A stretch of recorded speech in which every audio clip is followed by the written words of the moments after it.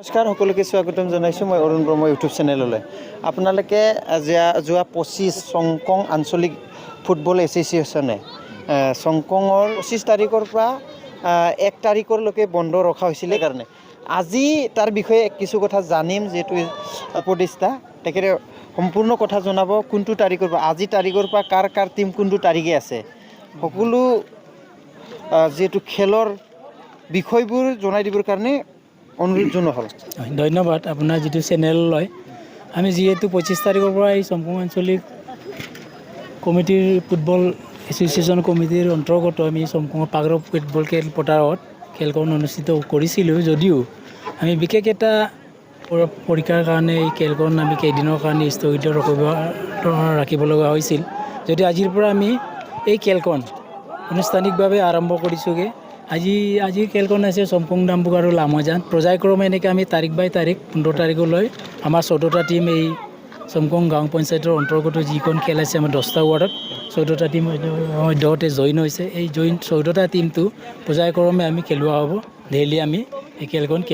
খেলি যাম। আৰু ইয়াত আমি জানিব বিচাৰিম যে কোনটো তাৰিখে কোনটো টিমৰ লগত আছে ৰাইজে যেটো সুবিধা হয় আহি পেলাই যেটো খেলখন 2 তাৰিখে ৰাভা আৰু ব্ৰহ্মপুৰ আছে 3 তাৰিখে বালিগড়া লগলুং মিচিং আছে 5 তাৰিখে অলম্বাৰ FC চমকং চিলাৰাই ক্লাব আছে তাৰপিছত 4 তাৰিখে আছে আলাইনি আজালা ক্লাব সোনাপুৰ পাগৰ FC তাৰপিছত 6 তাৰিখে আছে চমকং পঞ্চায়ত আৰু পাগৰ চৰাইবাৰী তাদুনিয়া বেজগুৰি আৰু চমকং ডাম্বুক আৰু লামজান আজি খেলটো আছে যেটো 1 তাৰিখ আজিৰ পৰা আনুষ্ঠানিকভাৱে আমাৰ খেলখন আৰম্ভ হৈছে লামজান FC আৰু ডাম্বুক চমকং FCৰ মাজত তাৰপিছত 2 তাৰিখে আছে ৰাভা FC আৰু ব্ৰহ্মপুৰ FC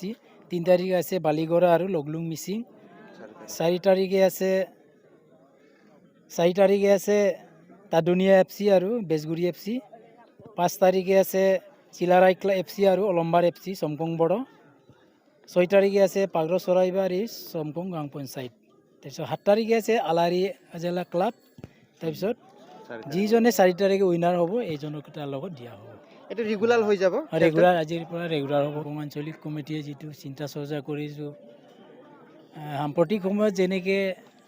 শিক্ষা অসমত পৰিৱৰ্তন ঘটাইছে ঠিক তেনেদৰে আমিও এই অঞ্চলখন পিছপৰা অঞ্চলখনৰ খেলৰ দ্বাৰাই অন্ততঃ আমি আমূল পৰিৱৰ্তন নহ'লে কিছু এটা আমাৰ যুৱচামক এই পৰিৱৰ্তন আনি খেলৰ প্ৰতি আকৃষ্ট হয় যিসকল আমাৰ যুৱচাম আহি আছে সেইসকলে খেলৰ প্ৰতি আকৃষ্ট হয় ভৱিষ্যতৰ অনাগত সময়ত যিকোনো সময়ত ভাল খেলুৱৈ এটা সুদক্ষ খেলুৱৈ হ'বৰ কাৰণে আমি চেষ্টা চলাই আছোঁ এইটো কাৰণে ৰাইজেও ইয়াত আশীৰ্বাদ আছে সম্পূৰ্ণ ৰাইজে এতিয়া সহযোগ কৰিছে ৰাইজে চাবলৈ আহিছে এইটো।